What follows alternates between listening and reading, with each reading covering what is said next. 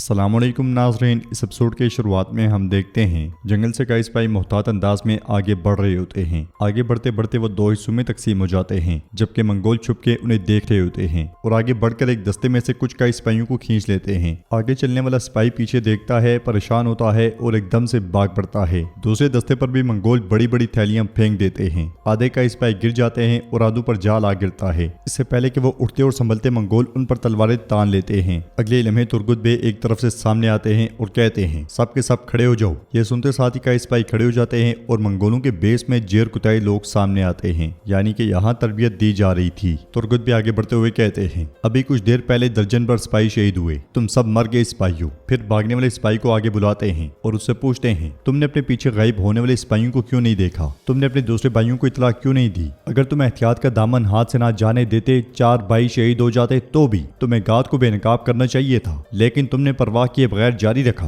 और तुम भाग गए। लेकिन मैं तुम सबको सिखाऊंगा, या तो आसान तरीके से या मुश्किल तरीके से। अब मैं आज रात खेमे में तुम सबका इंतजार करूंगा। ये कहते साथ ही तुर्गुत भी आगे बढ़ जाते हैं। जेरकुताई सिपाहियों से कहता है तुम जल गए सिपाहियों, तुर्गुत गाजी तुम सबसे इसकी कीमत अदा करवाएंगे। चलो खेमों में चलो चलो चलो चलो। शर्मिंदा होते हुए सिपाही चले जाते हैं। दूसरी तरफ आइकुत के माज और सिपाहियों के साथ सर पर घोड़ा दौड़ा रहा होता है। घोड़े दौड़ाते दौड़ाते वो दो हिस्सों में तकसीम हो जाते हैं और बर्क रफ्तारी के साथ आगे बढ़ते हैं। काई कबीले में बाला हतून खाने के इंतजामात का जायजा ले रही होती है। अलजन सर पे कपड़ा रखे आगे बढ़ रही होती है और गाजी को देखते हुए कहती है गाजी सैलाब तुम्हें बहा कर ले जाए। अलजन को देखते साथ ही गाजी अपने दोस्त के पीछे छुप जाता है और बाला हतून अलजन को देखते हुए पूछती है ये क्या हालत बना रखी है अलजन खातून? तो अलजन कहती है मत पूछो बाला, मेरा दिमाग काम नहीं कर रहा। ये गाजी इसे दुख पहुंचे, मैं इसे पकड़ने के लिए इसका पीछा करते हुए पहाड़ी से नीचे गिर गई। बाला हतून उससे कहती है आओ आओ बैठो आराम करो। तो अलजन कहती है मैं आराम नहीं कर सकती, खाना कौन बनाएगा? बाला हतून कहती है बैठो अलजन और आराम करो वरना तुम बेहोश हो जाओगी। ये कहते साथ ही उसे सहारा देकर बिठाती हैं। इसलिए में हलीमा फातिमा के साथ तेजी में वहां आती है और बैठते हुए कहती है माँ बाजियान में मुझसे बेहतर जंगजू कोई नहीं है, लेकिन मेरी बहन ने एक लम्हा भी आराम नहीं करने दिया मुझे। तो फातिमा कहती है लड़ाई की महारत में कोई बात नहीं है, जब तक तुम हमारी तरह नहीं लड़ लेती तुम्हें तरबियत से नहीं रुकना। बाला हतून कहती है अब जंग की मश्क बंद करो,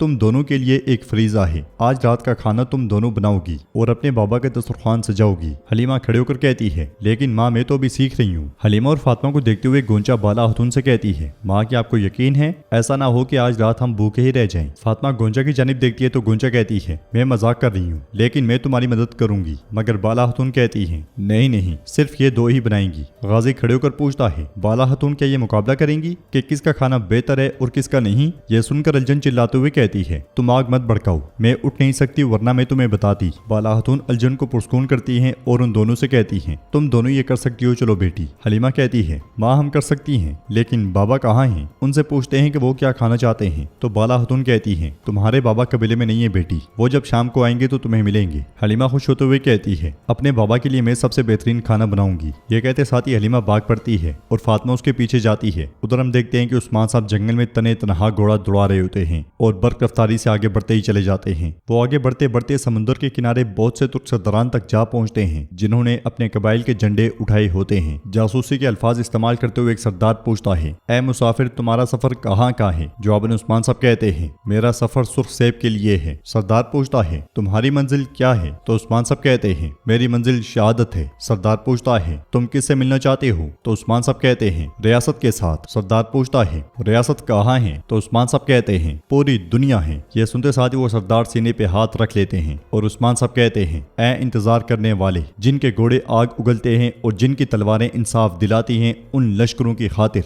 बताओ सुर्ख सेब कहाँ है? तो सरदार समुंदर की तरफ इशारा कर देता है और वो सब उस्मान साहब को लेकर आगे बढ़ जाते हैं। वो आगे बढ़ते बढ़ते सफेद दाढ़ी वाले बुजुर्गों के पास जा पहुंचते हैं। सलाम दुआ के बाद उस्मान साहब बैठ जाते हैं और एक बुजुर्ग कहते हैं अर्तगल गाजी के बेटे उस्मान साहब, आपने हमारे दिखाए जाने वाले एतमाद को ठेस नहीं पहुंचाई। आप मंगोलों को घुटनों के बल ले आई, आपने बजंतीन से खून की कै करवाई, आप दोनों महाजों पर फतेहयाब हुए। तो उस्मान साहब कहते हैं ए वल्लाह हमारी फतह हमारी ताकत की बदौलत नहीं बल्कि हमारे ईमान की बदौलत है। میں دین اسلام کو پھیلانے کی کوشش کر رہا ہوں اور میں اس کوشش سے ہرگز دستبردار نہیں ہوں گا۔ بزرگ کہتے ہیں ہم نے سنا، دیکھا اور تصدیق کی، لیکن جان لیں کہ آگے مزید مشکل دن آپ کے منتظر ہیں۔ آپ کی قسمت بچھو کے شکنجے کے درمیان ہے۔ دشمن کو شکست ہوئی لیکن وہ دوبارہ طاقت جمع کر رہے ہیں۔ وہ اپنی پوری طاقت سے آپ پر حملہ کریں گے۔ یہ جنگ فلاح و بہبود کی جنگ نہیں ہوگی، یہ وجود اور پائیداری کی جنگ ہوگی۔ عثمان صاحب کہتے ہیں میں ریاست کو ہمیشہ کے لیے غالب کرنے کی کوشش کر رہا ہوں۔ ہم موت سے کبھی بھی نہیں ڈرتے، بھلے ہی وہ سب ایک ساتھ آ کر حملہ کر دیں۔ بزرگ عثمان صاحب کی بات کاٹتے ہوئے کہتے ہیں لیکن آپ اس جنگ میں دن بدن کمزور ہوتے جا رہے ہیں۔ آپ کی جدوجہد نے آپ کو بہت چھلنی کیا ہے۔ آپ کے سپاہیوں کی تعداد کم ہو گئی ہے۔ یہ سن کر عثمان صاحب کہتے ہیں میں جانتا ہوں، میں بالکل جانتا ہوں۔ پھر دوسرے بزرگ کہتے ہیں عثمان صاحب آپ کہہ رہے ہیں کہ آپ جانتے ہیں، اگر ایسا ہے تو جو تدابیر آپ اختیار کر رہے ہیں وہ ہمیں بھی بتائیں۔ تو عثمان صاحب کہتے ہیں جو تلواریں استعمال نہیں کر سکتے وہ سپاہی بھی زنجیروں میں جکڑے ہوئے ہیں۔ جس سپاہی کا خاندان نہ ہو وہ سپاہی ریاست کے مستقبل کو خطرے میں ڈال دیتا ہے۔ اس وجہ سے میں تمام غیر شادی شدہ سپاہیوں کو شادی کے بندھن میں باندھ دوں گا۔ میں اس پہ کام کروں گا، میں ریاست کے لیے ہر دستیاب ذرائع استعمال کروں گا اور پیدا ہونے والے بچے ہماری ریاست اور ہمارے مقصد کو ہمیشہ کے لیے پروان چڑھائیں گے۔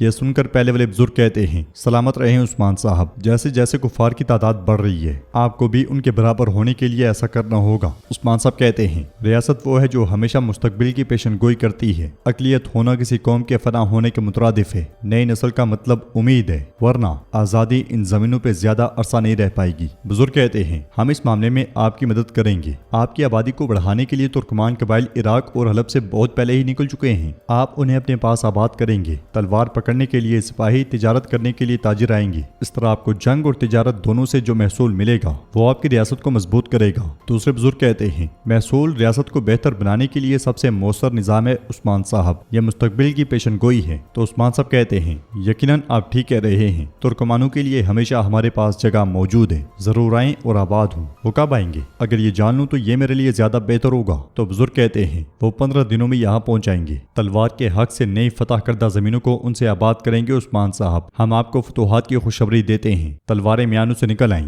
انصاف کا پرچم آسمان پر بلند ہو۔ جب سلجوق ریاست کا خاتمہ ہوا، بغیر سربراہ کے رہ جانے والے سردار آپس میں ہی لڑ پڑے۔ جب ترکوں کو متحد اور منظم ہونے کی ضرورت تھی، سب نے کہا کہ میں اس راستے کا سربراہ بنوں گا، میں بنوں گا، اور انہوں نے اپنے انفرادی مقصد کو منتخب کیا۔ لیکن آپ عثمان صاحب، آپ نے ترکوں کے لیے اسلام کے مقصد کا انتخاب کیا، نہ کہ اپنے انفرادی مقصد کو۔ آپ نے کفار کے ساتھ اکیلے جنگ کی اللہ کے فضل و کرم سے، اور اسی وجہ سے فتوحات کی آگ روشن کریں۔ یہ اتنی بڑی آگ ہے کہ یہ ظالموں کے لیے خوف اور مظلوموں کے لیے امید ثابت ہوگی۔ ترکوں کے گھوڑے گھوڑی کے سر کی طرح سرزو تک پہنچ جائیں گے۔ پیش قدمی کریں عثمان صاحب اور آگے بڑھتے رہیں تاکہ خیانت کا سیاہ خنجر ٹوٹ جائے، اسلام کا انصاف پوری دنیا میں پھیلا دیں۔ یہ سننے کے بعد عثمان صاحب کھڑے ہوتے ہیں اور سینے پہ ہاتھ رکھتے ہوئے کہتے ہیں کفار کی آگ بجھ جائے گی، کفار تباہ و برباد ہو جائیں گے۔ میں قسم کھاتا ہوں کہ میں ترکوں کی زمینیں روز بروز بڑھاؤں گا، یا تو ریاست کے حکمران بنیں گے یا قوموں کے خوراک بنیں گے۔ بزرگ عثمان صاحب کا شکریہ ادا کرتے ہیں۔ ناظرین، اس کے بعد ہم کوجا سردار کا قبیلہ دیکھتے ہیں۔ سفر پہ چلنے والا آئیکوت ان کے پاس پہنچتا ہے اور سردار یگیت اور کوجا بے سے کہتا ہے میں سرحدوں میں عدل و انصاف قائم کرنے والے سرداروں کے سردار عثمان سردار کا سلام لایا ہوں۔ کل عثمان سردار ایک شورا منعقد فرما رہے ہیں، وہ چاہتے ہیں کہ آپ اور دیگر تمام سرداران اس میں شریک ہوں۔ تو سردار کوجا کہتے ہیں ہم اوغوز نسل کے وارث کے اس سلام کی دعوت کی قدر کرتے ہیں، لیکن آخرکار عثمان صاحب کی اس شورا کا مقصد کیا ہے؟ کیا تمہیں کچھ علم ہے آئیکوت؟ تو آئیکوت کہتا ہے مجھے کچھ معلوم نہیں، ہمارے حضور نے بس یہی حکم صادر فرمایا کہ سب سرداران کو اطلاع دو۔ تو سردار کوجا کہتے ہیں عثمان سردار کا حکم ہماری سر آنکھوں پر۔ تو ناظرین، اس کے ساتھ یہ ایپیسوڈ بھی اختتام پذیر ہوتی ہے۔ ویڈیو پسند آئے تو لائک کر دیں، شیئر کر دیں، سبسکرائب نہیں کیا ہوا تو سبسکرائب کرنے کے ساتھ ساتھ گھنٹی والے آئیکن کو دبانا مت بھولیں۔ ملتے ہیں انشاءاللہ نیکسٹ ویڈیو میں، تب تک کے لیے رکھیں اپنا اور اپنوں کا بہت زیادہ خیال۔ اللہ نگہبان۔